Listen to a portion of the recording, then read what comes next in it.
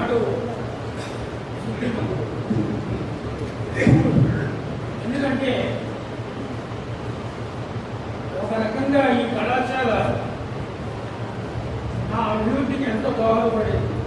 పూజ్యులు మా గురువు గారు పూర్ణచంద్రరావు గారు మాకు ఎన్నో అవకాశాలు ఇచ్చి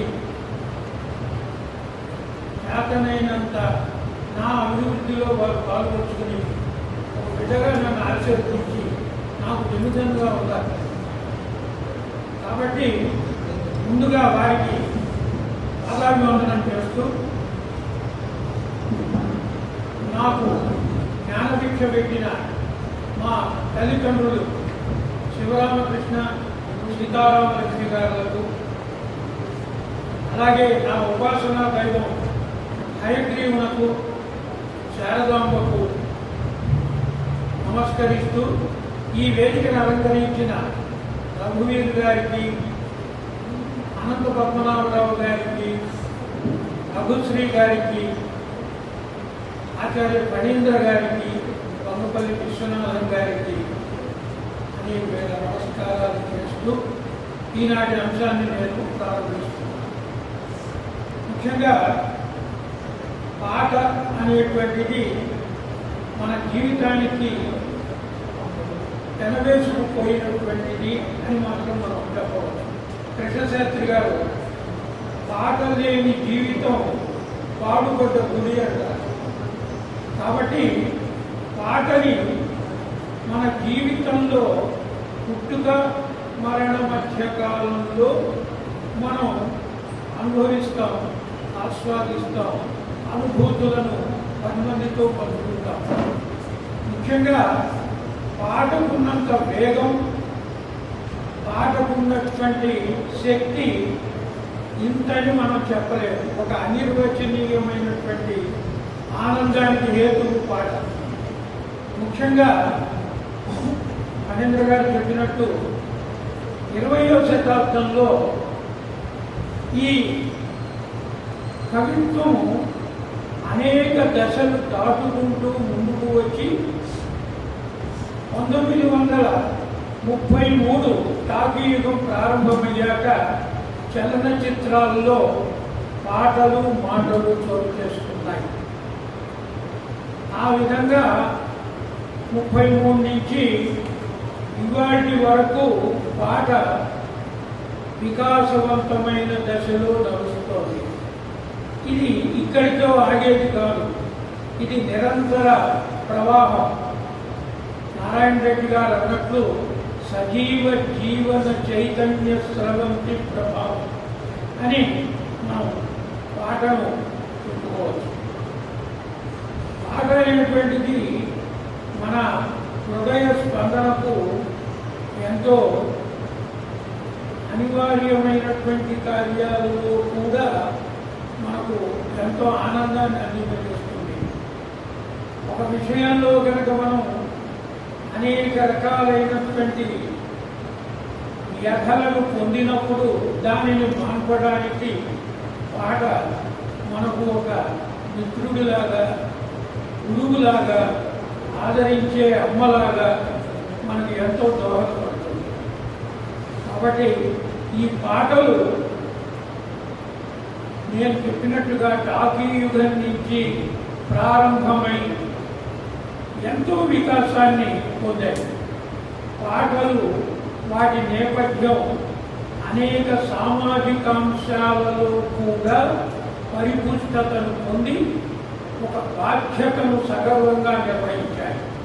జాతీయోద్యమ కాలంలో పాటలు చలనచిత్రాలలో వచ్చినటువంటి అనేక సందేశాలకు ప్రాణం పోశాయి.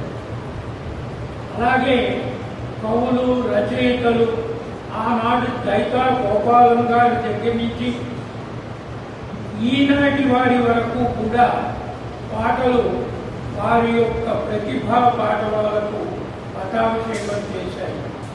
ఏదేమైనా ఇతర భాషలలో పాటల విషయం పక్కన పెడితే మన తెలుగు భాషలో పాటల యొక్క ప్రభావం అంత ఇంత అని చెప్పడానికి అలవి కానిది అని మాత్రం నేను సగర్వంగా చెప్పగలను. ఎందుకంటే పాట పండిత పామరులు అందరినీ కూడా రంజింపజేస్తుంది, ఆలోచింపజేస్తుంది, ఆనందింపజేస్తుంది, అనుభూతులను పంచుకునేలాగా చేస్తుంది. ఇది పాట వైవిధ్యం. కాబట్టి చలనచిత్రాల పరంగా మనం పాటలను తీసుకున్నప్పుడు చాలామంది ఒకప్పటి పాటలు బాగా ఉంటాయి, ఇప్పటి పాటల్లో వాటి యొక్క సారస్యత కనపట్టలేదు అని అంటారు. కానీ పాట ఎప్పుడూ పాటే. పాటకు సజీవత్వం అనేటువంటిది ఎప్పటికీ ఉంటుంది. ఒకనాటి ఒక కాలం నాటి ప్రామాణికతను మనం దృష్టిలో పెట్టుకొని పాటని కనుక మనం ఇది బాగుందని బాగలేదని మనం వైరుధ్యాన్ని కనుక పెంచుకున్నట్లయితే మనం ఒక చోట మాత్రమే ఆగిపోతాం. పాట అంటే పరవశింపజేస్తుంది, చైతన్యపరుస్తుంది, మన ముందుకు తీసుకుపోతుంది. జీవితంలో అనేక ఘట్టాలకు పాట ప్రాధాన్యం ఉంది. దాన్ని చలనచిత్ర రంగం అన్ని కోణాల్లో గమనించింది. పాటల విషయంలో ఎక్కడా కూడా ఆనాటి నిర్మాతలు కానీ దర్శకులు కానీ ఎక్కడా రాజీ పడలేదు. ఒక ప్రమాణాన్ని వాళ్ళు పాటల్లో తీసుకొచ్చారు. అదే సంస్కృతిని పాటిస్తూ నేటికి మంచి పాటలు కూడా మనల్ని అలరిస్తున్నాయని చెప్పడంలో ఏమాత్రం మనం సందేహపడక్కర్లేదు. ముఖ్యంగా పాటలో భావకల్పన, ఔన్నత్యం, ఆ పాట యొక్క విశిష్టత ఇవన్నీ కూడా మనల్ని ఆలోచింపజేస్తాయి. కాకపోతే పాటకి ఎంత ప్రభావం ఉందో అనేటువంటి విషయం మీద అనేక విశ్వవిద్యాలయాలలో ముఖ్యంగా సినీ పాటల మీద అనేక పరిశోధనలు చోటు చేసుకోవడం గమనిస్తే పాటకున్న శక్తి ఉందో మనకు అవగతమవుతుంది. అలాగే మాధుర్యత, ఇది సంగీతం వల్ల పాటకు అబ్బుతుంది అని అంటారు. కానీ పాటలు, భావము, భాష ఇవన్నీ కూడా చక్కగా ఉన్నప్పుడు సంగీతం దాని వెనక అదే పరిగెత్తుకు వస్తుంది. కాబట్టి ఏ పాటైనా కూడా పాఠవంగా ఉండాలి అంటే పాటలో భావకల్పన పరిపుష్టంగా ఉండాలి. చెప్పదలుచుకున్న దాన్ని నిర్దిష్టంగా ఒక విషయానికి అనుసంధానం చేస్తూ పాటను చెప్పినట్లయితే ఆ పాట విశ్వవిఖ్యాతమవుతుంది. ఈ మధ్య నేను యూట్యూబ్లో చూశాను, ఘంటసాల వెంకటేశ్వరరావు గారు పాడినటువంటి పాట పాకిస్తాన్లో ఒక శివాలయంలో ఆంజనేయ స్వామి గుడిలో ఆ పాట దేవదేవ ధవళాచల మందిర గంగాధర అనేటువంటి పాట పాకిస్తాన్లో ఇప్పటికీ సజీవంగా ఉంది అంటే పాట యొక్క వ్యాప్తతని మనం ఎంతగానో గమనించవచ్చు. కాబట్టి ఇది మనం తెలుగు వాళ్ళు గర్వంగా చెప్పుకోవలసినటువంటి విషయం. ఒకప్పుడు ప్రపంచవ్యాప్తంగా ఒక సర్వేలో పాటలు, తెలుగు పాటలు, ఇతర భాషల పాటలు అన్నీ కూడా లెక్క కడితే మొదటి స్థానంలో ఉన్న పాట దేవదాసు సినిమాలో జగమే మాయ, అల్లారి గారి సాహిత్యం. సీనియర్ సంగీత దర్శకులు సుబ్బరామన్ గారు దాన్ని ట్యూన్ చేశారు. తర్వాత ఆ సినిమాకే ఎంఎస్ విశ్వనాథన్ గారు కూడా ట్యూన్ చేశారు. కాబట్టి ఇది మనకు అలా అనుకున్నప్పుడు ఒక గర్వం అనేటువంటిది మనలో వస్తుంది. ఇది ఎక్కడి నుంచో సీనియర్ సముద్రాలు లలిత గీతాల ఉపగ్రామం కూడా చేసి అప్పుడు సినిమాల్లో వారు సీనియర్ సముద్రాలు వారి యొక్క పాట 10 స్థానాల్లో 10 పాటల్లో ప్రథమ స్థానంలో ఉండడం అది చాలా గొప్ప విషయం. మన తెలుగు వాళ్ళందరూ కూడా గర్వించదగ్గ విషయంగా తెలియజేస్తుంది. ఇక లలిత గీతాలు పద్మనాభరావు గారు చెప్పినట్టుగా ఆకాశవాణి చేసినంత సేవ లలిత గీతాలకు మరి ఏ సంస్థ చేయలేదు. అనేక మంది రచయితలు ఆకాశవాణికి పరిచయం చేసిన ఘనత కూడా ఆ సంస్థది. కాబట్టి ఇందులో లలిత గీతాలు, ఈ మాసపు పాట అనే భక్తి సంగీతం పాటలు ఇవన్నీ కూడా ఒక స్థాయిలో తీసుకువచ్చి ఎంతమందో కళాకారులను ఇవాళ మన ముందు నిలబెట్టి వారిని చిరస్మరణీయులు చేసి, కాబట్టి జాతీయోద్యమంలో సినిమా పాట ప్రభావం ఎంతగా పెరుగుతూ వచ్చిందో అదే స్థాయిలో లలిత సంగీతం కూడా 1948 తరువాత ఆకాశవాణిలో ఈ తెలుగు లలిత సంగీతం పాటలు ఎందరినో అలరించాయి. దేశభక్తి గీతాలు ప్రతి అంశానికి ఒక పాట. ఇంజమూరి సుబ్బరామారావు గారు, ఒక్కలక లక్ష్మీపతిరావు గారు, అందుకూరి రామభద్రరావు గారు, ఇలా చెప్పుకుంటూ పోతే ప్రతి వారు కూడా ఒక మొనార్క్. వాళ్ళని ఆకాశవాణి ఎంతో ఆదరంగా హక్కున చేర్చుకుని వారి చేత పాటలు రాయించుకుని ఆ పాటలు ప్రసారం చేసింది. 1947 ఆగస్టు 14 అర్ధరాత్రి స్వాతంత్రం అని డిక్లేర్ అవునప్పుడు రాత్రి 10:30కి కాలాంతరపు రజనీకాంతరావు గారు టంగుటూరి సూర్యకుమారి గారి కళల్లో వారు రాసి కంపోజ్ చేసిన పాట బహుళ ప్రచారం. కాబట్టి స్వాతంత్రోద్యమంలో లలిత సంగీతం యొక్క ప్రాధాన్యత అంతా ఇంత కాదు. అది ఒక దేశభక్తి గీతం అనే స్థాయిలో ఎంత మనస్సును ఆనందింపజేసిందో మనకు అవగతమవుతుంది. జయ జయ జయ జన్మభూమి, జయ జయోస్తు మాతృభూమి అనేటువంటి పాట. తర్వాత ఇంకా ఇలాగే చెప్పుకుంటూ పోతే రాజచట్టము అనేటువంటిది, అంటే రాజ్ఘాట్ అనేటువంటిది ఢిల్లీలో మన గాంధీ యొక్క సమాధి. దాని మీద కూడా ఇంజమూరి శివరామరావు గారు మాట్లాడారు. అది గదిగో రాజఘట్టం అదియే మానవతో వేళ అని పల్లవితో రాసినటువంటి పాట బహుళ ప్రచారం పొందింది. ఇవన్నీ మీకు తెలియనివి కాదు, నేను చెప్తున్నవే కాదు. అయినప్పటికీ కూడా మనం వీటిని ఒకసారి పునరుద్ధ అంటే మళ్ళీ మనం ప్రస్తావించుకోవడం ద్వారా వీటి యొక్క శక్తి ఏమిటో మనకు అవగాహన అవుతుంది. అలాగే ఆకాశవాణి హైదరాబాద్ కేంద్రంలో పాల్గొని విశ్వనాథం గారు,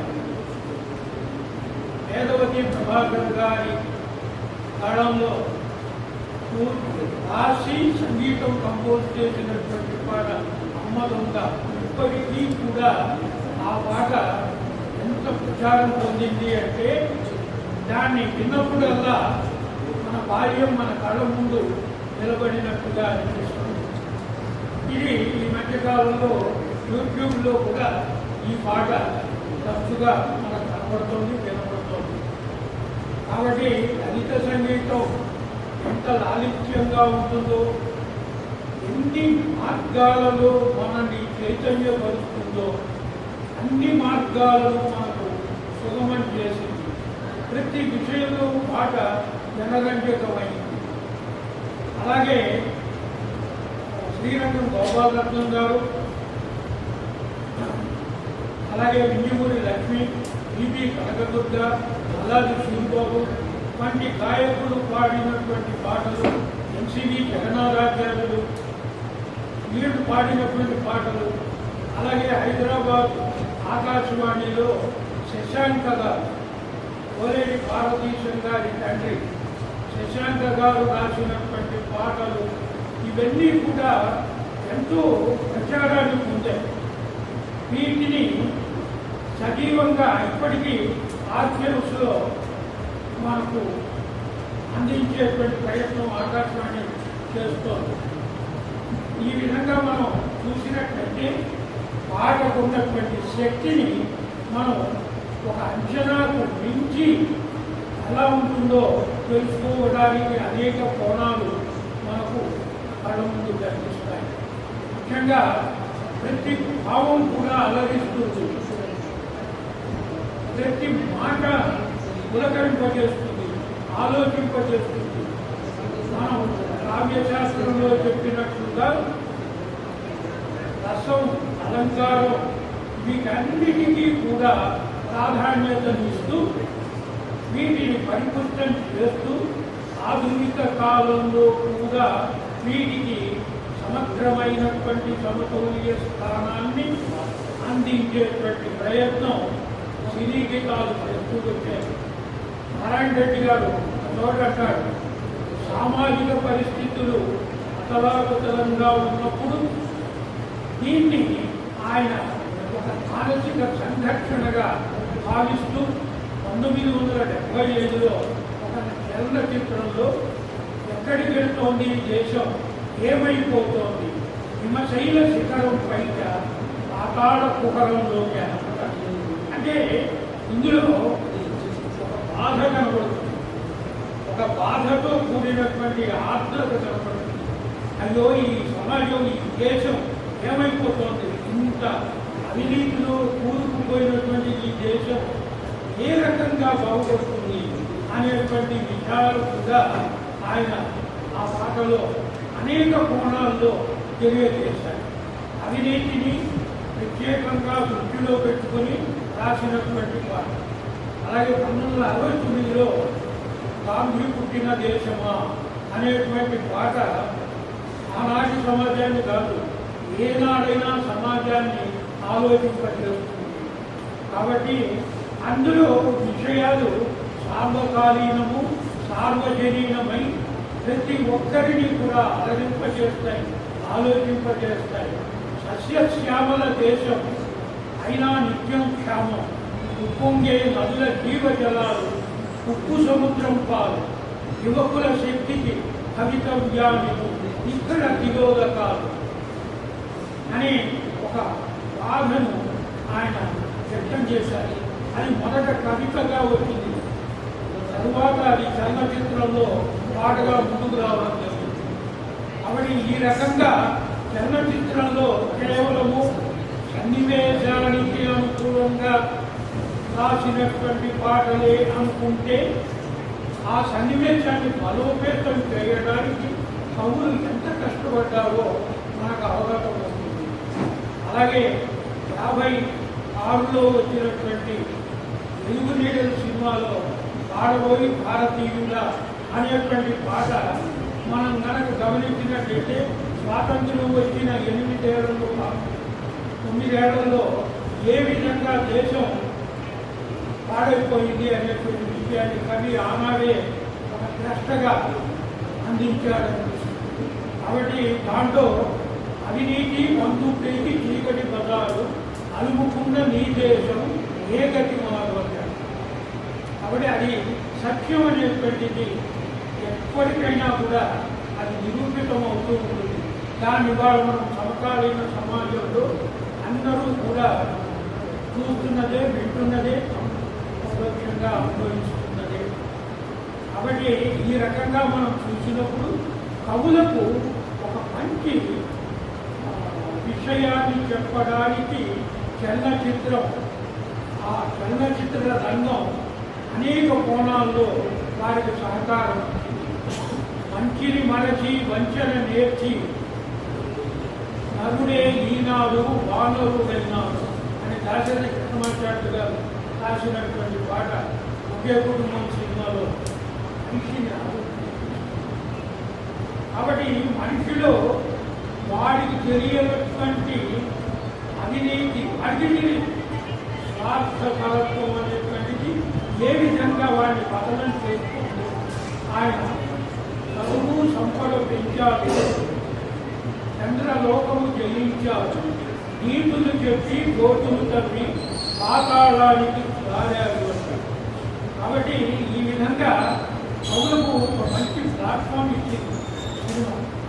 ఆ విధంగా మనం చూసినప్పుడు కవుల భావన కేవలము ఒక సినిమా కోసం రాసినట్టుగా కాదు, వారు సామాజిక బాధ్యతతో సమాజంలో ఒక వ్యక్తిగా వారి హృదయాల్లో ఉన్నటువంటి అలజడికి ఆ సన్నివేశాలు ఏ విధంగా స్థానం కల్పించాయో మనకు అవగతమవుతుంది. అలాగే ఇలా చెప్పేటప్పుడు ఉదాహరణలు చెప్పడం అనేటువంటిది ఆ పాట యొక్క విశిష్టత ఎంతగా మనల్ని ఆకట్టుకుందో చెప్పడానికి నేను తరచుగా ఆ ఉదాహరణలు తెలియజేయడం ఈ ప్రసంగంలో జరుగుతుంది. కాబట్టి ఇక్కడ మనం పుణ్యవతి సినిమాలో నారాయణ రెడ్డి గారు రాసినటువంటి పాట ఇంతే లేదు పేదల బతుకులు అవి ఏనాడు బాగుపడని అతుకులు ఇంతే లేదంటారు. కాబట్టి ఆ పాటలో సమాజాన్ని అది విశ్వ సమాజమా లేదా ఒక ప్రాంతానికి సంబంధించిన సమాజమా అనేటువంటి భావన లేకుండా మనం గమనించినట్టయితే చీకటి ఏ విధంగా సమాజాన్ని ఇబ్బంది పెడుతోంది, పేద గొప్ప అనీవెన్ భావాలను ప్రజల్లోకి తీసుకువచ్చి అది ఏ విధంగా దూరాలు పెంచుతోంది అనేటువంటి విషయాన్ని కూడా నారాయణ రెడ్డి గారు సునిశ్చితంగా ఒక విమర్శనాత్మకంగా తెలియజేస్తారు. కాబట్టి ఇక్కడ మనం గమనించినట్లయితే పేదలు గొప్పవారు అనేటువంటి భావన లేని సమాజం రావాలని కవులు కాంక్షించారనేటువంటి విషయం మనకు అవగతమవుతుంది. వారి కాంక్షను బలోపేతం చేయడానికి ప్రధానంగా చలనచిత్రాలు ఒక ఉపకరణంగా వారికి దోహదపడ్డాయని చెప్పడంలో ఏమాత్రం సందేహం లేదు. కాబట్టి ప్రతి పాట వరాల మూట, ప్రతి పాటలో నవరత్నాలు ఉన్నాయి, ప్రతి పాటలో నవరసాలు ఉన్నాయి, ప్రతి పాట ఆనందింపజేస్తుంది. ఇవాటికి కూడా పాటని తలుచుకున్నప్పుడు మనకెంతో ఆనందం కలుగుతుంది.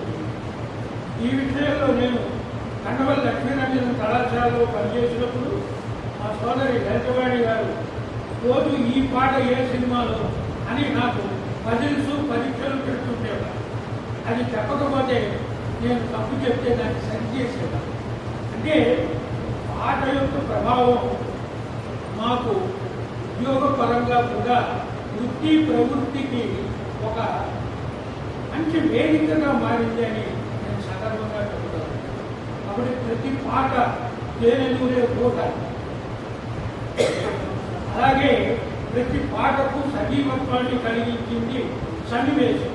ఆ సన్నివేశాన్ని బలంగా రచయిత మాటల్లో తీర్చిదిద్దినప్పుడు ఆ సన్నివేశాన్ని మరింత బలోపేతం చేయడానికి పాటల కర్త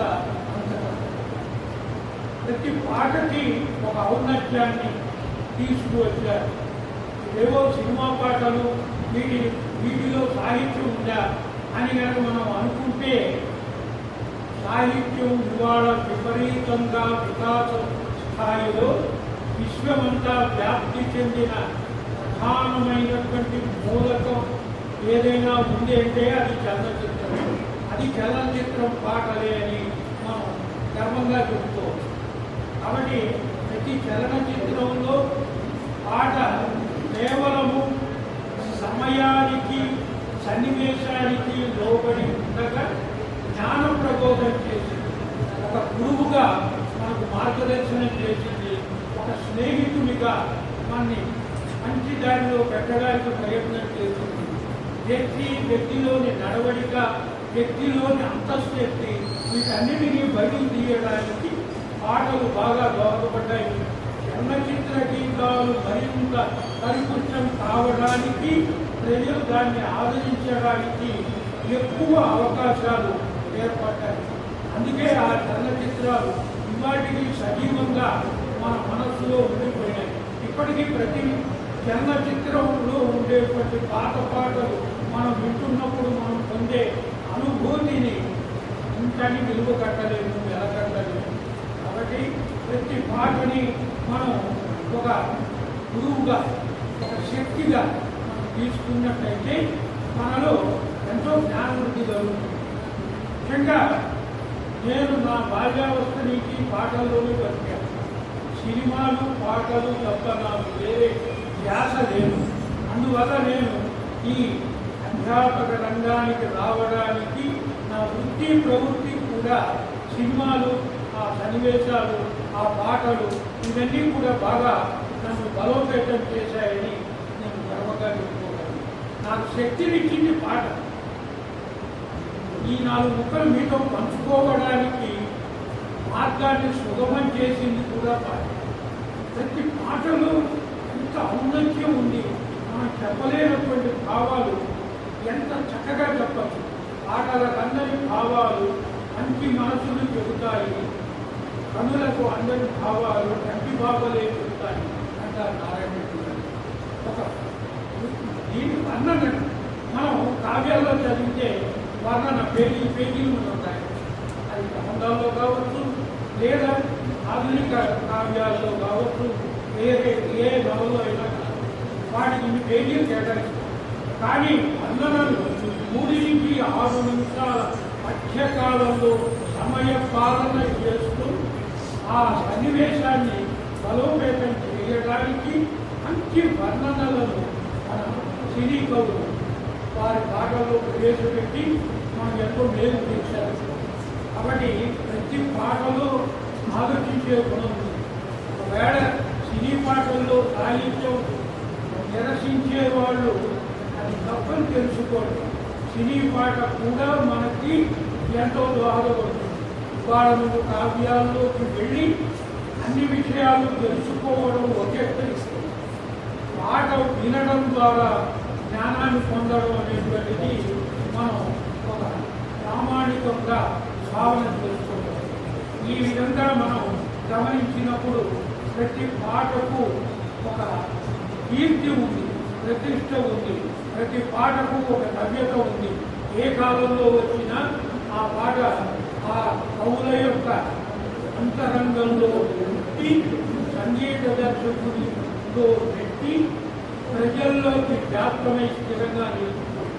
పేదూరు గారు ఒక చోట అంటాడు, స్త్రీల యొక్క బాధని తెలియజేస్తూ ఒక పురుషుడి ద్వారా బాధను పొందినటువంటి ఫలితం కోల్పోయినటువంటి ఒక స్త్రీని, అమ్మాయిని ఓదారుస్తూ ఒక పాట రాశారు. ఒక సినిమాలో 4 స్తంభాల ఆటలో, దొరల నీకు కనుల నీరు దొరల నీ లోకం కడుపులోనే దాచుకోవే కడలిగా సోకం. దొరల నీకు దొరల నీరు, దొరల నీకు కనుల నీరు దొరలది లోకం మగ దొరలది లోకం కడుపులోనే దాచుకోవే కడుపు నిండా సోకం. కాబట్టి ఆ రకంగా ఒక భావన ఆ అమ్మాయి కూడా ఆత్మానందం పొందే విధంగా, తన బాధ నుంచి ఉపశమనం పొందే విధంగా కవి ఆ సన్నివేశాన్ని చక్కగా మలుచుకున్నారు. కాబట్టి సినిమా పాటలో నైరాశ్యత లేదు. నిశ్చితంగా, ప్రామాణికంగా, భాషాపరంగా, భావ పరిపుష్టంతో నిరంతర శోభాయమానంగా శాశ్వతమైనటువంటి కీర్తికి ద్వారాలు తీస్తూ ఆనాటి నుంచి ఈనాటికి ఏనాటికి అది సజీవంగానే ఉంది. అదే స్థాయిలో సమాంతరంగా లలిత సంగీతం యొక్క అనుభూతి పాటలు ఇవి కూడా కట్టుబడేస్తాయి. దాన్ని కనుక మనం ఒక ప్రత్యేకమైనటువంటి శ్రద్ధాశక్తులతో గమనించి మనం కనుక నేర్చుకున్నట్లయితే వాటిలో కూడా మనం ఎంతో ఆనందాన్ని పొందగలుగుతాం. మా సురవరం ప్రతాప్ రెడ్డి తెలుగు విశ్వవిద్యాలయంలో లలిత సంగీతం డిప్లొమా కోర్సు ఒకటి ఉంది. దానికి 2 టీచర్లు కూడా ఉన్నారు. దాంట్లో మీరు నమ్ముతారు నమ్మరు, 1200 మంది స్టూడెంట్స్ ఉన్నారు లలిత సంగీతం. ఇవన్నీ కూడా గమనిస్తే మరి ఆ లలిత సంగీతం ఎంతగా వ్యాప్తమైందో మనకు అర్థమవుతుంది. 1920లో ఒక ప్రయోగాత్మకంగా విశ్వవిద్యాలయం ఆ కోర్సును ప్రవేశపెట్టింది. అది కేవలం డిప్లొమా కోర్సు. ఇప్పటికీ దాంట్లో అప్డేట్ కాలేదు. అంటే అప్పటి కోర్సు అనేటువంటిది స్టార్ట్ చేయలేదు. ఓన్లీ డిప్లొమాగానే ఉంది. ఆ డిప్లొమా కోర్సులో మొదట 450, 1200 మంది ఉన్నారు. ఇది 4 సెమిస్టర్లలో ఈ కోర్సు రన్ అవుతుంది. కాబట్టి ఈ విధంగా ఈ పాఠ్య ప్రణాళిక ఉంది. ఈ విధంగా చూసినప్పుడు ఆదేవి కవికరణ రవం అన్న శ్రీశ్రీ మాట్లాడారు. లలిత సంగీతం, సినిమా సంగీతం అనర్హమైనటువంటివి కావు. ఇవి ప్రజలకు మార్గదర్శనం చేసేటువంటి ఉపదేశాలు, ఉపనిషత్తులు, వేదాలు, జ్ఞానాలు, ఇతరమైనటువంటి అంశాలు లోతులకు వెళ్ళి తెలియని వాళ్ళు, తెలుసుకోవాలనుకున్న వాళ్ళు వాటి నుంచి తెలుసుకోవలసిన జ్ఞానాన్ని అంతా కూడా మన చలనచిత్రంతో పాటలు మనకు అందించారు. భక్తి, ఆవేశం, ఆనందం, అవినాభావ సంబంధాలు ఒకదానితో ఒకటి కలిగి ఎంతో శక్తిని పరిపుష్టత మాకు అందిస్తూ ఉంటాయి. ఈ విధంగా మనం గమనించినప్పుడు ప్రతి పాటలో మనం సంతృప్తిని పొందుతాం. మీరు ఇవాళ ఈ అంశానికి ప్రాధాన్యం ఇస్తూ ఇక్కడ ఇంతమంది వచ్చారంటే మీరందరూ కూడా వీటి గురించి గతంలో తెలిసిన వాళ్ళే. అవన్నీ కూడా ఒక్కసారి మళ్ళీ తిరిగి ఆలోచనలోకి, ఆ అనుభవాల్లోకి, ఈ బాల్యావస్థల్లోకి వెళ్ళడానికి ఇది కొంతవరకు ఒక మార్గదర్శనం చేసింది అని నేను చెప్పగలను. ఇప్పుడే తప్పకుండా వచ్చారు, వారు కొనసాగించమన్నారు. కాబట్టి ఈ విధంగా మనం చూసినట్లయితే చలనచిత్రము తెలిచేది చలనచిత్రం, అది చెలింపజేస్తుంది. అది కేవలం ఆటం కాదు. నిమిషానికి 24 ఫ్రేమ్స్. ఆ 24 ఫ్రేమ్స్ మంది ఆనందింపజేస్తాయి. కాబట్టి ప్రతి పాటలో స్వరంతో పాటు సాహిత్యం కూడా పోటీ పడుతుంది. ఇది వేరే విధంగా ప్యారడీలు కూడా రాయడానికి వీలుగా కూడా ఉన్నాయని కూడా మనం చెప్పవచ్చు. అలాగే ముసలాం రాఘవేంద్ర చౌదరి గారు రాసిన రోజులు మారాయిలో ఏరుబాట సాగాలో రన్నో చిన్నంత అనేటువంటి పాట పశుమతి కృష్ణమూర్తి గారి నృత్య దర్శకత్వంలో వైదా రహమాన్ చేసింది, దిక్కి పాడింది, మాస్టర్ వేణు సంగీతం సమకూర్చారు. ఆ పాట ఇప్పటికీ సజీవంగా ఉంది. వ్యవసాయదారులకు అనుకూలమైనటువంటి కాలాన్ని అది తెలియజేస్తుంది. ఏరువాక పూర్ణమం వచ్చినప్పుడు వ్యవసాయం పనులు ప్రారంభమవుతాయని, దానికి అనుగుణంగా ఆ వ్యవసాయం చేసే రైతు పొందేటువంటి అవస్థలు, అతనిలోని గాఢ సంతృప్తి, వీటన్నిటినీ కూడా అక్కడ ఆ పాటలో తెలియజేస్తారు. పల్లెటూళ్ళలో ఉన్నటువంటి సుఖం పట్టణాల్లో లేదు. టౌన్ పక్కకి వెళ్ళొద్దురా, ఇంకేమి దాంబికాలు పోవద్దురా, టౌన్ పక్కకి వెళ్ళేవో డౌన్ అయిపోతావు. రాఘవేంద్ర చౌదరి గారు ఈ పాట రాశారు. అలాగే జానపదం సాహిత్యం, శుద్ధ సాహిత్యం, ఉపనిషత్తులు, వేదాలు, ఈ పంచసూత్రాలు అన్నిటినీ కూడా జీర్ణం చేసుకున్న పరిపుష్ట వ్యవస్థ ఏదైనా ఉంది అంటే అది చలనచిత్రంలో ఉండేటువంటి పాటని. కాబట్టి వాడికి సార్వభౌముడు అనుకుంటాము. ఆ సార్వభౌమత్వము అనేటువంటిది ఎంత గొప్పదో చెప్పాలంటే వాటి ఆ సార్వభౌమత్వాన్ని మనం సినీ పాటలకు ఆపాదిస్తాం. సినీ పాటలు ఎప్పటికీ సార్వభౌమత్వాన్ని కలిగి ఉన్నది. కాబట్టి ఆ పాటలను మనం రక్షించుకోవాలి. రాబోయే తరాలకు మనం అది మన సాంస్కృతిక వారసత్వ సంపదగా అందించాల్సినటువంటి అవసరం ఉంది. దాన్ని మనం దృష్టిలో పెట్టుకొని మన పిల్లలకి కూడా మనం వాటి గురించినటువంటి విషయాలు చెప్తున్నప్పుడు మనం కొంతవరకు మనం అనుభూతిని పొందుతాం. వాళ్ళకు కూడా రేపటి కాలానికి ఒక గొప్ప వ్యక్తిత్వంతో అంటే వాళ్ళుగా మనం తయారు చేయడానికి అవకాశం ఉంది. మేము చిన్నప్పుడు అన్నాలు తినేటప్పుడు ఈ పాటలు పాడుకునేవాడు. కూర్చున్నా పాటే, కూర్చున్నా పాటే, కదులుతున్నా పాటే, బాత్రూంలో పాటే, ఎప్పటికీ పాటే. పడుకున్న పనికి, తెల్లవారు లేచిన పనికి ఆ రేడియోను కొట్టుకుని వదిలేవాళ్ళం కాదు. పద్మనాభరావు గారు 93లో ప్రకాశం ఇన్స్టిట్యూట్ ఆఫ్ డెవలప్మెంట్ స్టడీస్లో 43 రోజుల కార్యక్రమాన్ని సెంట్రల్ గవర్నమెంట్ టెక్నాలజీ ప్రమోషన్తో చేసినప్పుడు వారు ఆకాశవాణిలో రోజు జరిగే కార్యక్రమాలన్నింటినీ కూడా చక్కగా సంస్కరణ చేస్తూ ఒక బుక్లెట్ అందించారు. అది ఇప్పటికీ నా దగ్గర భద్రంగా ఉంది. పూర్ణచంద్రరావు గారు దాన్ని మాకు అందజేశారు. ఆ రోజుల్లో మేము ఎంతో దాని మీద శ్రద్ధతో అనేక రకాలైనటువంటి వ్యక్తులను అనేక రంగాల్లోని వ్యక్తులను పిలిపించి రేడియో వారి సహకారంతో ఒక పెద్ద కార్యక్రమాన్ని విజయవంతం చేశాం. ఆ కార్యక్రమానికి మన సుందరరావు రెడ్డి గారు కార్యక్రమంలో చివరగా వచ్చి మమ్మల్ని ఆశీర్వదించారు. అవన్నీ అనుభూతులు. అయితే ఇవన్నీ పాఠం లింక్ అయిందా అంటే పాఠం లింక్ అవ్వడం అంటే ప్రతిరోజు కూడా ఒక పాటని అక్కడ కార్యక్రమం ముందు ప్రవేశపెట్టాక తర్వాత కార్యక్రమం ప్రారంభమైంది. కాబట్టి అజయకారులు రచించినటువంటి పదాలైనా మన సినీ కవులు రాసినటువంటి పదాలైనా ఇవన్నీ కూడా మనం అవగతం చేసుకుని వాటి ద్వారా ఆనందం పొందగలిగినప్పుడు మనం ధన్యులు అవుతాం. కాబట్టి ఇక్కడ అలాగని సినిమా సంగీతం కేవలం కవులను మాత్రమే పరిచయం చేసి వదలలేదు. ఆకేయకాల సాహిత్యాన్ని కూడా నిర్మాతలు వారి యొక్క ఇష్టత మేరకు చలనచిత్రాల్లో ప్రవేశపెట్టారు. అలాగే జానపదంలో యక్షగానాలు, అలాగే బుర్రకథలు, ఇలాంటివన్నిటినీ కూడా సినిమాల్లో సందర్భానుసారం ప్రవేశపెట్టి వాటికి ఒక ఔన్నత్యాన్ని కలిగించారు.